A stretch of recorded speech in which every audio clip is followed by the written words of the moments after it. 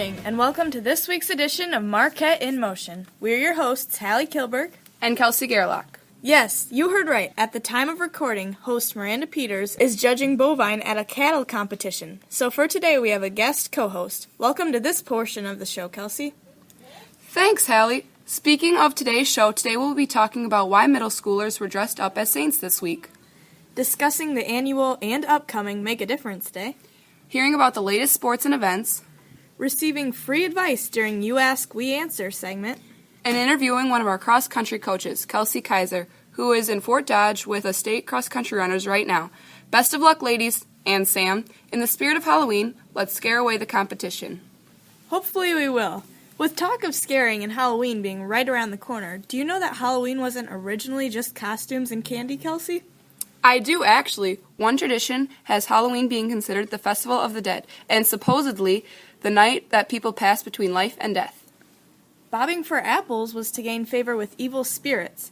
The first to get an apple without their hands would have good luck the rest of the year. And costumes were to scare away the evil spirits.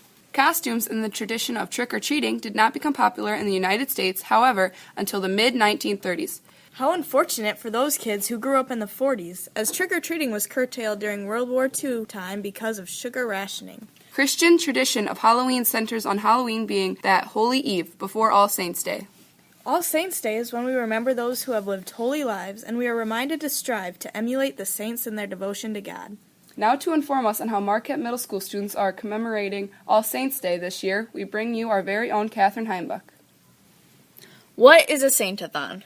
Well, if you go to Marquette Middle School, you probably know all about the Saint-a-thon, but for those who don't, let me explain. The Saint-a-thon is a competition that Father Cruzy invited 6th through 8th grade students to participate in that involves students researching a saint, with options chosen by Father Cruzy, of course, and dressing up as that saint on All Saints' Day, November 1st. Not only will students who participate be dressing up as their saints, but they will also be giving presentations on their particular saints following Mass that day. The presentation will include the saint's birth date, the saint's death date, the saint's feast days, the saint's miracles, and any other interesting information relating to that saint. Why such a focus around saints? This holiday is very special as it celebrates all the saints and their work and service throughout their lives.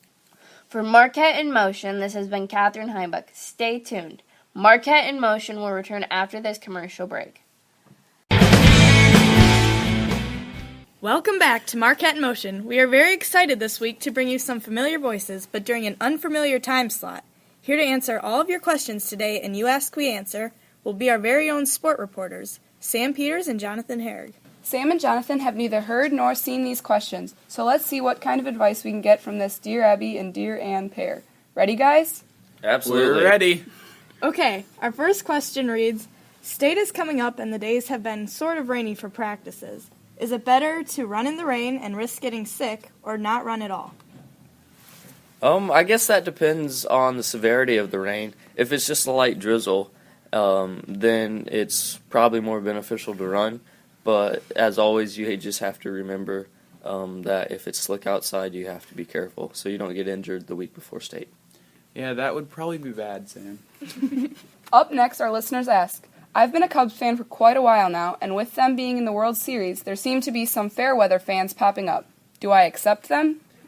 You know, Kelsey, I think that acceptance is a great way to build the fan support of a team. And although they might just be fair weather fans popping up for the World Series, which I guess I just found out that the Cubs are in the World Series a couple days ago. But,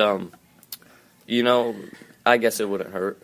Okay, thanks, guys. And our last question says, my mom likes to lead a healthy life, but my younger sibling wants to go trick-or-treating.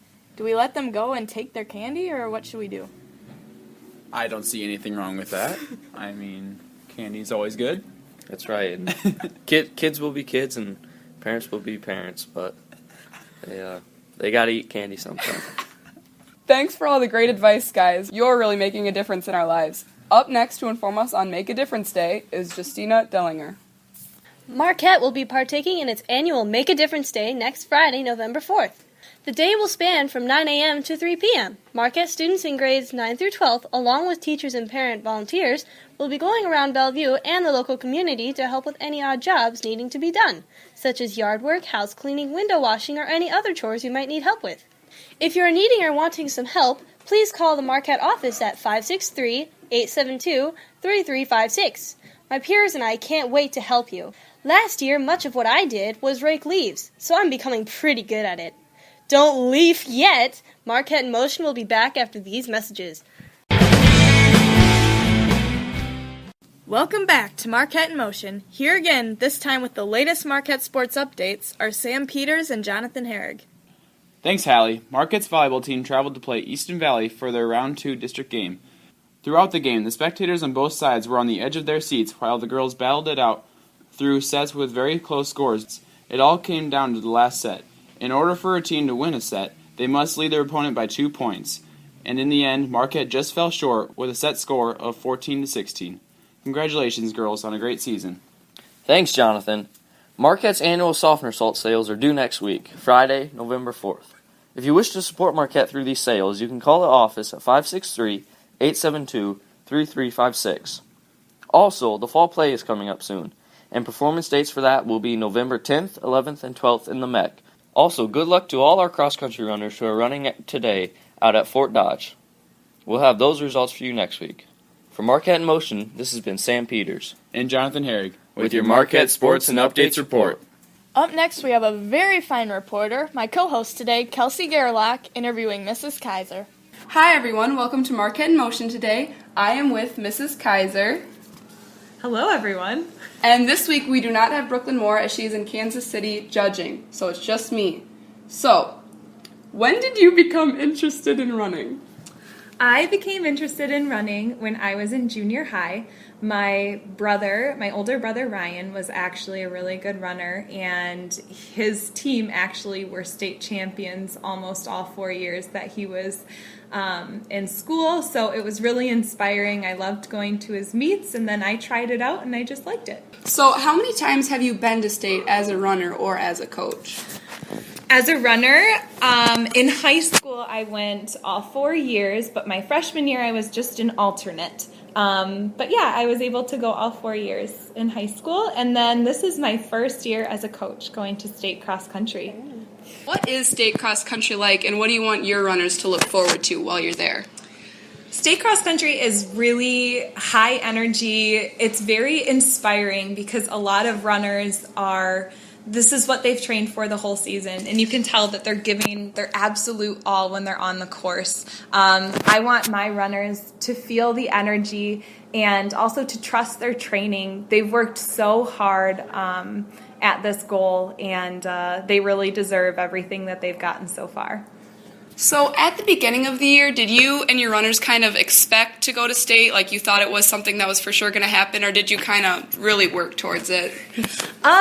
I know that we had the potential, and last year I actually sat down with the athletes in May, and I met with all of them individually, and we went through and set the team goal, and our team goal was to place top 10 as a team at state, and I knew that was doable, but I knew that we would have to do a lot of work as well. So it was a combination of us having very talented runners and not only having the talent, but them working hard. And I think that their hard work has trumped their talent and really paid off this season.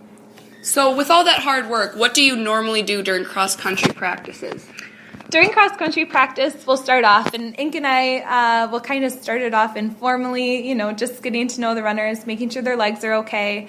Then they'll do a short warm-up. We'll do stretches, and then it will either, if it's a workout day, sometimes we'll head down to Felderman Park. We'll do repeats. Repeat miles, repeat 800s, repeat 400s, or maybe we'll do a tempo run, or maybe we'll do a long run, and then after that, they'll have a cool down, and then we're done. This season we also did lifting twice a week during the first 3 phases of our running, and now that we're in phase 4, our taper season, we're not lifting during this part because we're resting up and building our muscles, but that's what a regular practice is like. Okay. So state was obviously a goal at the beginning, so did you have any other goals, though, that you were striving for? When I look at cross country, my main goal as a coach, besides state, and even above state, I would argue, is for all of my athletes to believe in themselves. I want them to know that if they work hard, they can accomplish any goal that they want to in their lives. Before every single race, I look the girls in the eyes and I'll tell them, you are amazing and you can do it. Because I think the most beneficial thing that anyone could learn from running cross country is that if they believe in themselves, they can do it. So all the cross-country runners I know say you're a pretty amazing coach. So what do you think the hardest thing about being an amazing coach is? First of all, I'm really not that amazing of a coach. I just try to make sure that everyone enjoys themselves. And again, like I said before, that they learn how to believe in themselves and achieve their goals. I think the biggest challenge I run into is when people run into mental blocks, and it's something that they have to overcome themselves. But Ink and I work together to try and again really make the girls and the boys believe in themselves to overcome those mental blocks. But mental blocks happen. I mean, that's pretty much the sport of cross country, is overcoming what your mind is telling you, because when you're exerting your body to the max, their mind is always going to say stop, go slower, it will be easier if you do this. So pretty much the sport of cross country is just a mental battle, and it's trying to make the runners mentally tough, and that's probably the most difficult part of coaching. I have one last question for you. Following Mr. Kaiser's lead, do you have any running or cross-country puns? This is one aspect of life that Mr. Kaiser really can trump me on, but I guess, I don't know, is your refrigerator running? I guess you better go catch it. Well, that was a fun interview. Thank you, everyone. This has been Kelsey Gerlach without Brooklyn Moore in Tell Us More. Thanks for reporting, everyone, and thank you for tuning in to Marquette in Motion. For Marquette in Motion, this has been Hallie Kilberg And Kelsey Gerlach. And remember, stay informed, Stay involved. stay In motion.